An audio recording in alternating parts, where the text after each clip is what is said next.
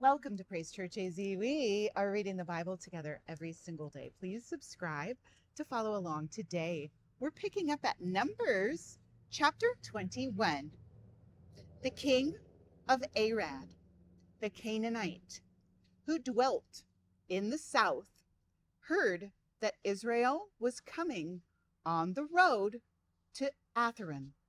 Then he fought against Israel and took some of them prisoners. So Israel made a vow to the Lord and said, "If you will indeed deliver this people into my hand, then I will utterly destroy their cities." And the Lord listened to the voice of Israel and delivered up the Canaanites, and they utterly destroyed them and their cities. So the name of that place was called Hormah. Then they journeyed from Mount Hor by the way of the Red Sea to go around the land of Edom, and the soul of the people became very discouraged on the way. And the people spoke against God and against Moses. "Why have you brought us up out of Egypt to die in the wilderness? For there is no food and no water, and our soul loathes this worthless bread." So the Lord sent fiery serpents among the people, and they bit the people, and many of the people of Israel died. Therefore the people came to Moses and said, "We have sinned, for we have spoken against the Lord and against you. Pray to the Lord that he take away the serpents from us." So Moses prayed for the people. Then the Lord said to Moses, "Make a fiery serpent and set it on a pole, and it shall be that everyone who is bitten, when he looks at it, shall live." So Moses made a bronze serpent and put it on a pole, and so it was. If a serpent had bitten anyone, when he looked at the bronze serpent, he lived.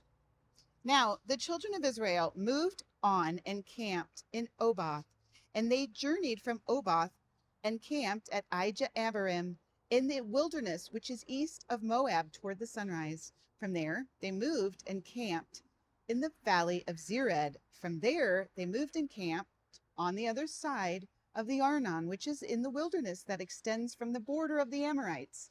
For the Arnon is the border of Moab, between Moab and the Amorites. Therefore it is said in the book of the wars of the Lord, "Wahab in Supha, the brooks of the Arnon, and the slope of the brooks that reaches to the dwelling of Ar, and lies on the border of Moab." From there they went to Beer, which is the well where the Lord said to Moses, "Gather the people together, and I will give them water." Then Israel sang this song: "Spring up, O well, all of you sing to it.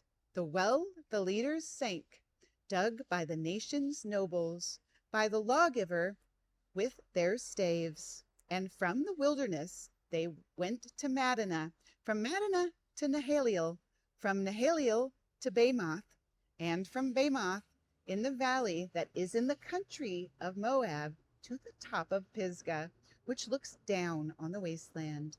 Then Israel sent messengers to Sihon, king of the Amorites, saying, "Let me pass through your land. We will not turn aside into fields or vineyards. We will not drink water from wells. We will go by the king's highway until we have passed through your territory." But Sihon would not allow Israel to pass through his territory. So Sihon gathered all his people together and went out against Israel in the wilderness. And he came to Jahaz and fought against Israel.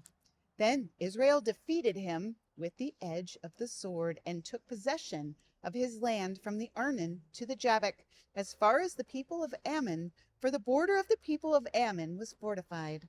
So Israel took all these cities, and Israel dwelt in all the cities of the Amorites, in Heshbon and in all its villages. For Heshbon was the city of Sihon, king of the Amorites, who had fought against the former king of Moab, and had taken all his land from his hand as far as the Arnon. Therefore those who speak in Proverbs say, "Come to Heshbon, let it be built. Let the city of Sihon be repaired. For fire went out from Heshbon, a flame from the city of Sihon It consumed Ar of Moab, the lords of the heights of Arnon. Woe to you, Moab!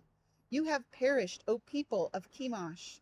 He has given his sons as fugitives and his daughters into captivity to Sihon, king of the Amorites. But we have shot at them. Heshbon has perished as far as Dibon. Then we laid waste as far as Nopah, which reaches to Medeba. Thus Israel dwelt in the land of the Amorites. Then Moses sent to spy out Jazer, and they took its villages and drove out the Amorites who were there. And they turned and went up by the way to Bashan. So Og, king of Bashan, went out against them, he and all his people, to battle at Edrei. Then the Lord said to Moses, do not fear him, for I have delivered him into your hand with all his people and his land, and you shall do to him as you did to Sihon, king of the Amorites, who dwelt at Heshbon. So they defeated him, his sons, and all his people, until there was no survivor left him, and they took possession of his land.